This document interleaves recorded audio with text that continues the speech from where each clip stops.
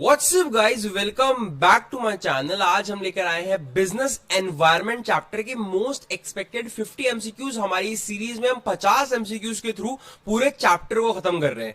तो आपने अगर पहले की वीडियोस नहीं देखी हैं तो nature and significance of management और प्रिंसिपल ऑफ मैनेजमेंट, पहले के जो दो चैप्टर है उन दोनों की भी एमसीक्यूज देख लीजिए। मैंने पूरी प्लेलिस्ट ऑलरेडी बना दी है, प्लेलिस्ट सेक्शन में जाके आप चेक कर सकते हो। जो भी लोग चैनल पर नए हैं सब्सक्राइब कर दीजिए, बेल आइकन दबा दीजिएगा। आज की वीडियो को स्टार्ट करते हैं। पूरे एमसीक्यूज एंड तक कीजिएगा, इसमें से आपके पेपर में जरूर आएगा और पीवाईक्यू से लेकर बनाए गए क्वेश्चंस।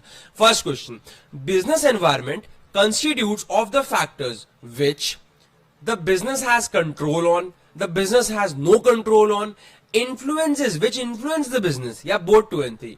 जो बिजनेस एनवायरनमेंट होता है वो दोनों ही फैक्टर्स का ध्यान रखता है कि जिस फैक्टर में बिजनेस का कंट्रोल नहीं है और जो भी फैक्टर बिजनेस को इन्फ्लुएंस करते हैं। ठीक है, एक second,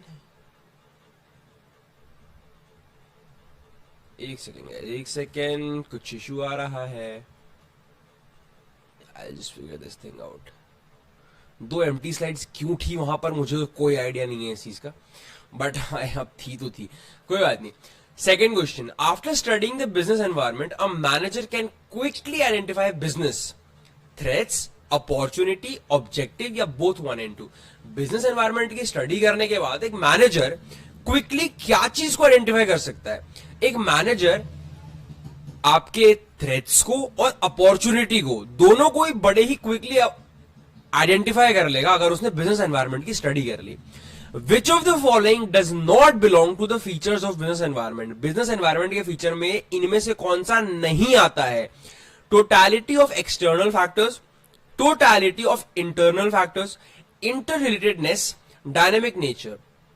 totality of internal factors जो है वो आपके बिजनेस एनवायरनमेंट में नहीं आता है, does not belong to. Change in one factor due to the change in another factor, समझ रहे हो? एक फैक्टर का बदलना दूसरे फैक्टर की बदलने की वजह से highlights the dash feature of the business environment. कौन से फीचर को हाईलाइट करता है? अनसर्टेनिटी, डायनेमिक नेचर, कॉम्प्लेक्सिटी या inter relatedness. Obviously answer question में ही छुपा हुआ था यार, एक दूसरे के ऊपर डिपेंड है तो रिलेटेड है ना, inter relatedness. Business environment is related to local conditions, because of this business environment happens to, business environment जो है वो लोकल कंडीशन से जुड़ा हुआ होता है। इसकी वजह से environment happens to different in different countries, different in same countries in different places, same all over the world. जो बोथ 1 and 2 यानी वो डिफरेंट होता है। बिजनेस का एनवायरनमेंट जो है वो तो बदलता रहता है ना, वो तो लोकल कंडीशन पर डिपेंड करता है, तो it is different.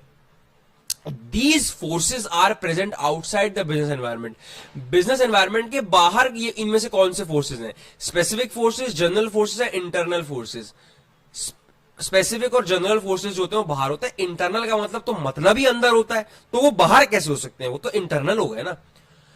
Which of the, अच्छा, जो भी बच्चे चैप्टर बिना पढ़े आ जा रहे हैं इस एमसीक्यूज को अटेम्प्ट करने के लिए, वो थोड़ी सी गलती कर रहे हैं। बिकॉज देखो, अगर आप ये सारे एमसीक्यू रट लोगे तब भी आपका पूरा चैप्टर कवर हो जाएगा, बट स्टिल बेटर ये होता है कि एक चैप्टर की एक रीडिंग बस लगा लो या एक वीडियो देखाओ, वन शॉट चैप्टर का एक्सप्लेनेशन दिखाओ, उसके बाद ही एमसीक्यू करो, पूरा चैप्टर अच्छे से रट जाएगा, पेपर के लिए एकदम तैयार हो जाओगे। बिकॉज देखो, बिजनेस स्टडीज में पेपर आता है बड़ा ईजी, 200 में से 200 लाते हैं बच्चे।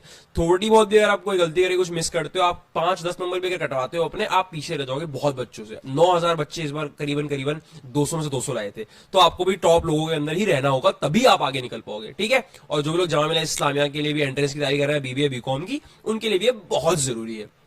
Which of the following is not included in the general forces affecting the business environment? Social situations, political situations, technical situations. इनमें से कौन सा नहीं इंक्लूड होता है जनरल फोर्सेस के अंदर? तो इनमें से कोई भी ऐसा नहीं है जो नहीं इंक्लूड होता हो। All the negative changes occurring in the business environment which leads to improvement in an organization's performance is known as, वो सारे नेगेटिव चेंजेस जो कि एक बिजनेस के एनवायरनमेंट में होते हैं जिसकी वजह से ऑर्गेनाइजेशन की परफॉर्मेंस बेहतर हो जाती है, वो क्या होते हैं? वो थ्रेट तो नहीं होगा ना, अपॉर्चुनिटी, ऑब्जेक्टिव या एफिशिएंसी?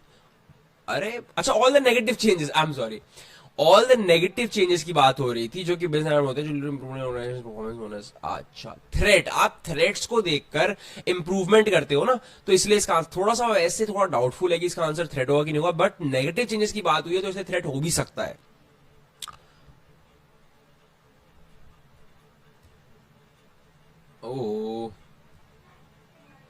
मुझे लगा ही था। देखो भाई, हाँ चलो, all the positive changes occurring in the business environment which lead to improvement in the performance। अच्छा, परफॉर्मेंस में इंप्रूवमेंट तो दोनों ही केस में करनी है आपने एटमॉस्फेयर को स्टडी करके, बट अगर आप नेगेटिव चेंजेस को देखकर करते हो तो आप थ्रेट्स को देखकर कर रहे हो, अगर आप पॉजिटिव चेंजेस को देखकर करते हो तो अपॉर्चुनिटी को देखकर कर रहे हो। जिस बंदों को कोई चीज याद ना हो रही हो, कंफ्यूजन हो रहा हो, आपने करना है कुछ नहीं, उसको कमेंट में एक बार कमेंट कर देना है, नोट डाउन कर लेना है, लिखते वक्त आपको भी याद हो जाएगा, प्लस जब भी कोई बंदा उसको मैसेज को लाइक करेगा तो आपको भी वो चीज अपने आप रिवाइज हो जाएगी। Study of business environment leads to, business environment की जो स्टडी होती है, the study of business environment leads to first mover advantage, warning signal, tapping valuable resources. Business environment की स्टडी आपको फर्स्ट मूवर एडवांटेज देने में बहुत हेल्प करती है। सबको पता होना चाहिए फर्स्ट मूवर एडवांटेज क्या होता है, और जिसको नहीं पता है स्टडी करो, और जिन्हें पता है वो कमेंट सेक्शन में लिखो ताकि ये लोग पढ़ सकें। तो what is first mover advantage? Internal environment refers to the factors which are dash. Internal environment उस फैक्टर्स को रिफर करता है जो कि क्या है, under control of business, present within the business, influence the business, all of the above. Simple था ना ये तो क्वेश्चन, कि ऑल ऑफ द आंसर होगा कि इंटरनल क्या होता है, जो बिजनेस के कंट्रोल के अंदर आते हैं, जो प्रेजेंट होते हैं बिजनेस के अंदर ही, और बिजनेस को इन्फ्लुएंस भी करते हैं। सिंपल क्वेश्चन था।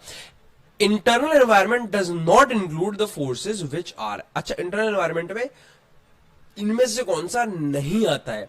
विच are uncontrolled by the business, not influenced by the business, controllable by the business. Answer है बोथ 1 and 2। इंटरनल एनवायरनमेंट में ये दोनों चीजें नहीं आती, कि जो बिजनेस जिस चीज को इन्फ्लुएंस ना कर पाए वो भी इंटरनल में नहीं है, जिसको आप कंट्रोल नहीं कर सकते वो भी आपके इंटरनल में नहीं आएगा ना, ऑब्वियसली। 2 बार दब गया क्या मुझसे? अरे रे रे, 13 का सीधे आंसर मार्क हो गया। अच्छा, कुछ इस पीडीएफ में ना थोड़ा सा कुछ इशू हुआ है, ग्लिचेस वगैरह हुए हैं, या तो फिर क्योंकि टाइपिंग में इतनी गलती नहीं हो सकती कि किसी ने क्वेश्चन टाइप करने से पहले आंसर वाला शीट बना दिया, तो कुछ हुआ है पीडीएफ में, कोई बात नहीं, आंसर के साथ ही पढ़ लेते हैं। विच of the following is a part of external environment. External environment के कौन कौन से पार्ट है? तो ये तीनों ही एक्सटर्नल एनवायरनमेंट के पार्ट है, पढ़ लीजिए। माइक्रो एनवायरनमेंट, मैक्रो एनवायरनमेंट और जनरल एनवायरनमेंट, तीनों ही एक्सटर्नल एनवायरनमेंट का पार्ट होते हैं। Which of the following is most important while studying the internal environment? इनमें से कौन सा सबसे ज्यादा इंपॉर्टेंट है जब आप स्टडी कर रहे हो इंटरनल एनवायरनमेंट की? तो इंटरनल फैक्टर सबसे ज्यादा जरूरी है जब आप स्टडी कर रहे हो तो इंटरनल एनवायरनमेंट की। Next question, the business has ultimately no control over which of the following environment. Business का कोई कंट्रोल नहीं होता है इनमें से किस एनवायरनमेंट पे? Internal environment, external environment, macro environment. देखो, इंटरनल तो हमारे अंदर के लोग हैं, हमारा काम है, उस पर तो कंट्रोल होगा ही, लेकिन जो एक्सटर्नल और मैक्रो एनवायरनमेंट है वो उस पर कंट्रोल नहीं होता। अब मैक्रो एनवायरनमेंट क्या होता है ये आपको कमेंट करना है, जो बच्चा कमेंट करेगा उसको उसके कमेंट को मैं लाइक कर दूंगा। The term macro environment is also known as dash environment. The term macro environment, macro environment को और क्या कहते हैं? Operating environment, general environment, internal environment. Macro environment को जनरल एनवायरनमेंट भी कहा जाता है। The difference between internal and the external environment is the internal environment is controlled by the business but not the external environment. बड़े बड़े सारे options पढ़ने की जरूरत नहीं है, मेन अपने ऑप्शंस का, मेन अपने आंसर को आपने ढूंढना है और उसे मार्क करना है, फालतू और टाइम वेस्ट नहीं करना है, बहुत ही समय कम होता है वहां पर आपके पास।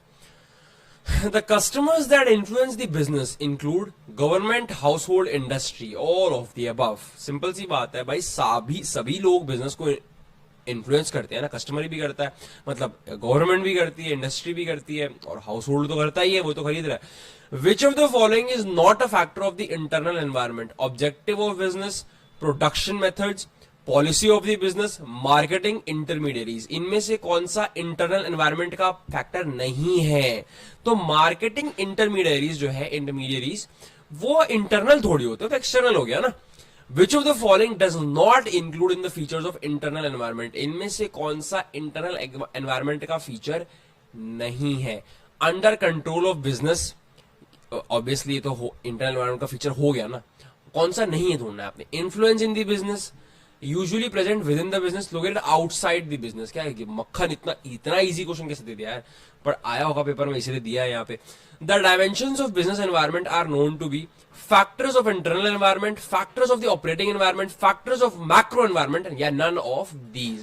जो बिजनेस एनवायरनमेंट के डायमेंशंस है उन्हें फैक्टर्स ऑफ मैक्रो एनवायरनमेंट कहा जाता है। Next question, which of the following is included in the dimensions of business environment? इनमें से कौन सा बिजनेस एनवायरनमेंट के डायमेंशंस में इंक्लूडेड रहता है? पॉलिटिकल एनवायरनमेंट, सोशल एनवायरनमेंट या लीगल एनवायरनमेंट? अब यहाँ पे एक छोटा सा बच्चा है बाहर जो गेट को खटखट कर रहा है, अगर आपको शोर आया है तो आई एम सॉरी, वरना शायद नॉइस कैंसिलेशन की वजह से नहीं भी आया हो। तो अच्छा, इनमें से कौन सा जो है उसे बिजनेस एनवायरनमेंट के डायमेंशंस में इंक्लूड किया जाता है? तो ये सारे ही बिजनेस एनवायरनमेंट में इंक्लूडेड है, पॉलिटिकल भी, सोशल भी और लीगल भी। Next question, the macro environment can be classified into, macro environment को आप किस में क्लासिफाई कर सकते हो? Economics and non economic environment, social and economic environment, economic and political environment. तो इनमें से कौन सा? इकोनॉमिक एंड नॉन इकोनॉमिक दोनों एनवायरनमेंट जिस के एनवायरनमेंट की हम स्टडी करते हैं उसे मैक्रो एनवायरनमेंट, जो हमारा एनवायरनमेंट होता है इकोनॉमिक और नॉन इकोनॉमिक, उसे मैक्रो एनवायरनमेंट कहते हैं।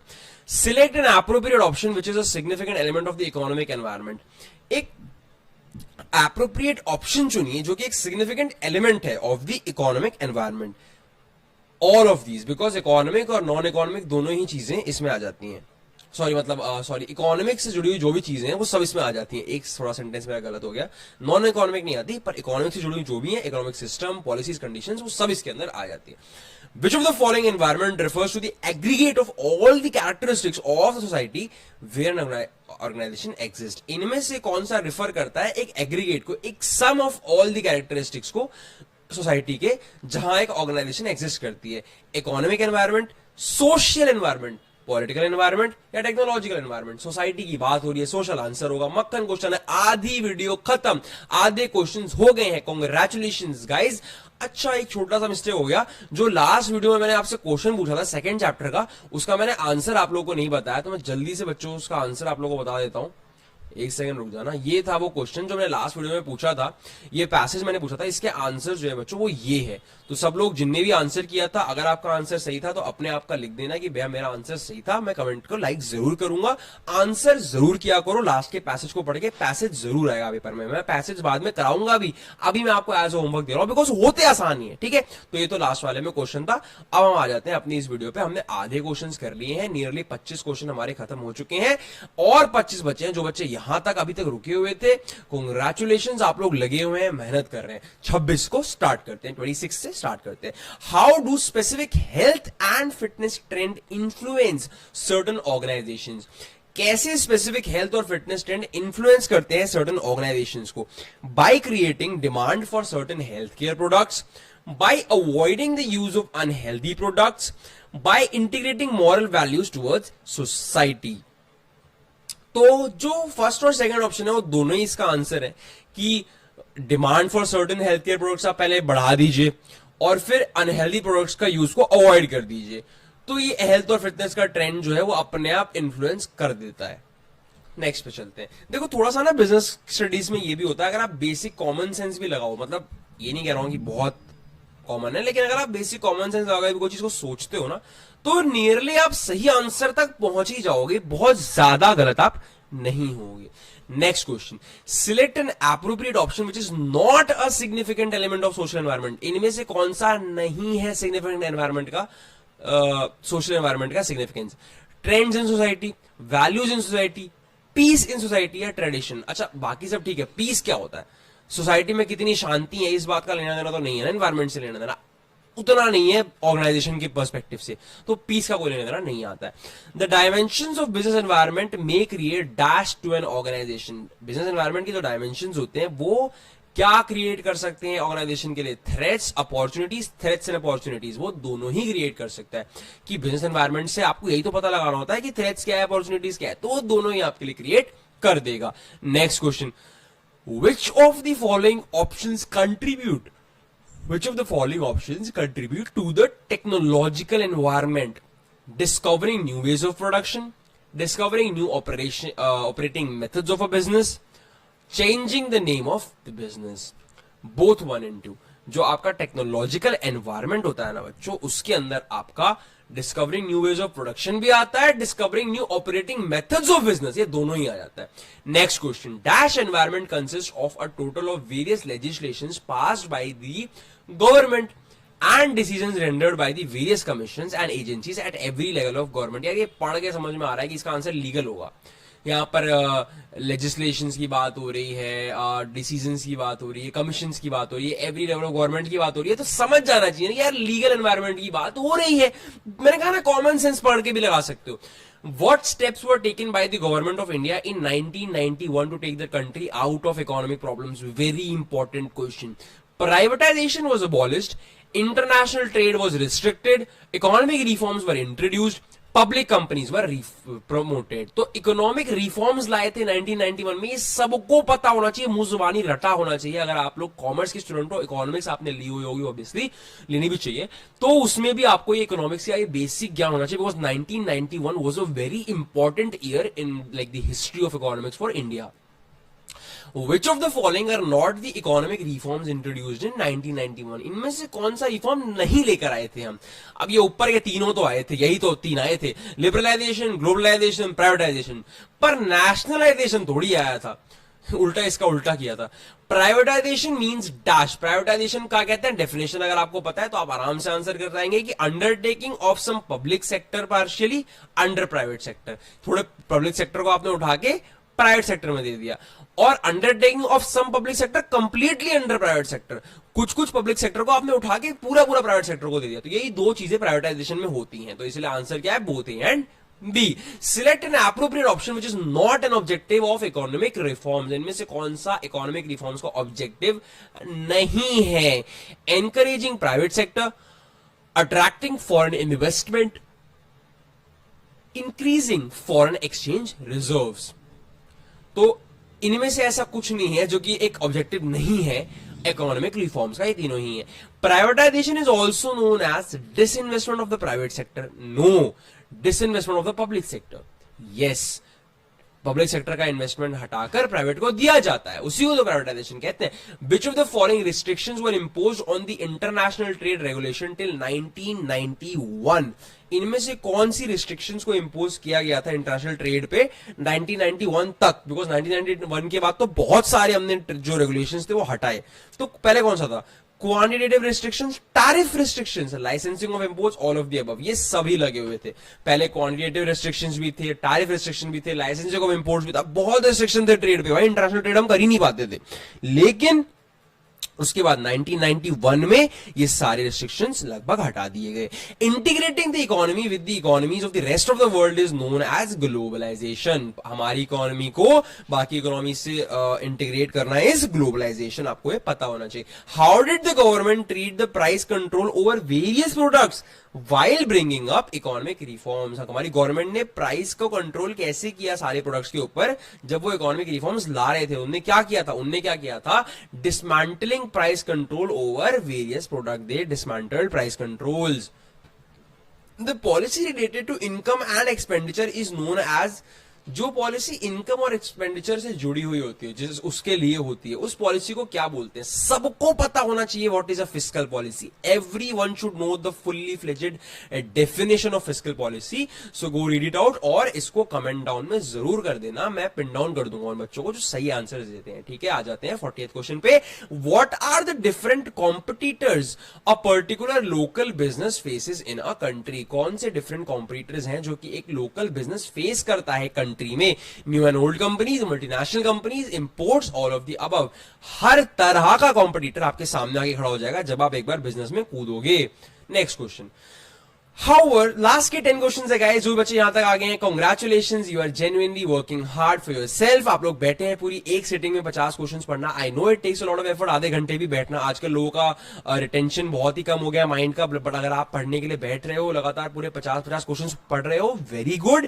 एक सिटिंग में पढ़ लो, फिर बुक से थोड़ा सा रीडिंग मारना, फिर एक बार और इसको पढ़ लेना. फुल फ्लेजेड चैप्टर खत्म, रट जाएगा एकदम, कुछ भूलोगे ही नहीं. यहां तक आ गए हो तो एक बार लाइक कर देना वीडियो को और सारे फ्रेंड्स में शेयर करना. बिकॉज जितना इस वीडियो की रीच बढ़ेगी उतना मुझे लगेगा कि हाँ यार बच्चे पढ़ रहे हैं, मुझे और वीडियो बनानी चाहिए. तो मुझे मोटिवेट करो, आपकी बहुत हेल्प करूंगा.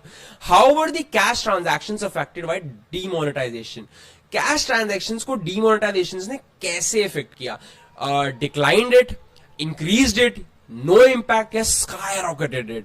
कैश ट्रांजैक्शंस बहुत घट गए बिकॉज डिमोनेटाइजेशन की वजह से क्या हुआ, कैश बहुत कम हो गया मार्केट में, तो उसकी वजह से डिक्लाइन हो गया cash transactions. Which of the following decides product price under price control? इनमें से क्या चीज डिसाइड करता है प्राइस जब प्राइस कंट्रोल हो? Firms, government, people? Government. Price control लगा हुआ है ना, तो गवर्नमेंट ही डिसाइड करेगी. Which of the following ways of transactions highly increased after demonetization? इनमें से कौन से ट्रांजैक्शन बहुत बढ़ गए? अब देखो कैश वाले तो कम हो गए थे, तो पहला तो नहीं हो सकता. Digital, cash and digital. Digital, cash वाले कम हो गए, डिजिटल बढ़ गया, सिंपल था. Select an appropriate option in which a fall could be seen after demonetisation. एक एप्रोप्रिएट ऑप्शन चूज कीजिए जिसमें एक फॉल दिखा सकता था after demonetisation.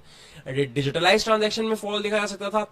Price of real estate, income tax collection या बैंक डिपॉजिट्स. रियल एस्टेट के प्राइसेस गिर गए. अब ये क्यों गिरे, कारण क्या था, डिमोनेटाइजेशन ने ऐसा क्या किया जो रियल एस्टेट के प्राइस गिर गए? अगर किसी को भी नॉलेज है तो कमेंट में जरूर बताना, we would love to read it.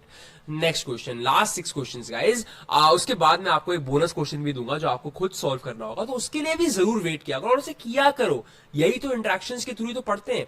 Out of the following policies, in which policy does the RBI keep control on the money supply to get the objectives of the general economic policies? इन सारी following policies में से कौन सी policy में RBI control रखता है on the money supply to get the objective of the general economic policy? जो हमारी इकोनॉमिक पॉलिसीज है उनको ऑब्जेक्टिव अचीव करने के लिए. Trade policy, fiscal policy, monetary policy या इंडस्ट्री पॉलिसी? तो मॉनेटरी पॉलिसी आरबीआई जो है वो एक कंट्रोल रखता है हमारी मॉनेटरी पॉलिसी का, उसके थ्रू अपनी सारी इकोनॉमिक पॉलिसीज को कंट्रोल कर लेता है. Under price control the firms will sell goods at the government price. Price control में प्राइस कौन डिसाइड करता है? गवर्नमेंट. पूरा डेफिनेशन कमेंट बॉक्स में जरूर लिखना. The concept of the market orientation means, market orientation का जो कंसेप्ट है वो क्या कहता है? वो ये कहता है कि study the market first and then production later. Market orientation क्या कहता है कि पहले मार्केट की स्टडी कर लो भैया, फिर प्रोडक्शन शुरू करो. Next question, what was the impact of economic policy changes on the public sector? Economic policy changes लाने से पब्लिक सेक्टर पे क्या फर्क पड़ा? लॉस हुआ बजटरी सोर्स का गवर्नमेंट से, इंक्रीज हुआ प्राइवेटाइजेशन का, लैक हुआ फाइनेंशियल असिस्टेंस में गवर्नमेंट से. तो ये सब कुछ हो गया था. जब इकोनॉमिक पॉलिसी चेंजेस आए तो पब्लिक सेक्टर को गवर्नमेंट से असिस्टेंस मिलना कम हुआ बिकॉज प्राइवेटाइजेशन लाई गई थी, बहुत चीजें प्राइवेट की गई, इंक्रीज हुआ प्राइवेटाइजेशन, और बजटरी सोर्सेज जो गवर्नमेंट के थे वो भी लॉस हुए. Next question, how can public sector face और overcome The problems raised after changes in the economic policy in India? कैसे पब्लिक सेक्टर फेस कर सकता है या ओवरकम कर सकता है प्रॉब्लम्स को जो कि रेज हुई इकोनॉमिक पॉलिसी की वजह से? By becoming more efficient, by generating their resources, by coming under the private sector. देखो प्राइवेट सेक्टर के पास पूरा चला जाना कोई सोल्यूशन नहीं होता है, तो आपको और एफिशिएंट बनना पड़ेगा और अपनी रिसोर्सेज को और जनरेट करना पड़ेगा. ये दो सोल्यूशन है. तो गाइज कांग्रेचुलेशंस, आज के लास्ट क्वेश्चन पे आ गए हो. सब लोग अपना स्कोर पिन डाउन करना. जिन लोगों ने पूरे 50 क्वेश्चन अटेम्प्ट किए हैं सब लोग अपना स्कोर पिन डाउन करना और बोनस क्वेश्चन का आंसर भी करके जाना. Trends refers to changes and inclination towards new products and services. Trends refer करता है कि क्या चेंजेस आए हैं और इंक्लाइन किस तरफ कर रही है मार्केट, कौन से नए प्रोडक्ट और सर्विस की तरफ आजकल ट्रेंड चल रहा है. This statement describes significant effect of which environment. कौन से एनवायरमेंट का वो करता है? Economic, social, political. ये एक सोशल एनवायरमेंट है. लोगों को क्या चाहिए, ट्रेंड क्या कहता है, लोग इस तरफ जा रहे हैं आजकल, तो सोशल चीज हो गई ना वो. ओके तो बोनस क्वेश्चन आज वाले में नहीं है, नो केस स्टडी. ओके अच्छा सॉरी, ये तो बिजनेस एनवायरनमेंट का क्वेश्चन है ना, बट इससे केस स्टडी बनती है, ऐसा नहीं कि इससे बनती नहीं है. यहाँ पर हमारे पास एक अच्छी केस स्टडी नहीं उस टाइम मिली होगी तो नहीं बना, बिकॉज मैं केस स्टडीज बाद में अच्छे से कराने वाला हूँ. तो आज की वीडियो यहीं पे खत्म हुई है. और मैं आपको एक चीज और बता दूं कि ऐसा नहीं है कि हम सिर्फ बिजनेस स्टडीज पढ़ रहे हैं बच्चों. मैंने आपके लिए तैयारी कर ली है. हम लोग आपका अकाउंटेंसी सोच रहा हूं मैं साथ में शुरू कर दूं. आज का चैप्टर तो चलो यहीं खत्म हुआ. सब्सक्राइब करके जाना, बेल आइकन दबा के जाना, वीडियो को लाइक करके जाना. अगर पसंद आ रही हो सीरीज तो जरूर अपना प्यार कमेंट सेक्शन में भी दिखा के जाना. Okay guys, all the very best for your entrances. सबका एंट्रेंस निकलेगा, दबा के पढ़ाई करनी है. Okay bye bye, thank you.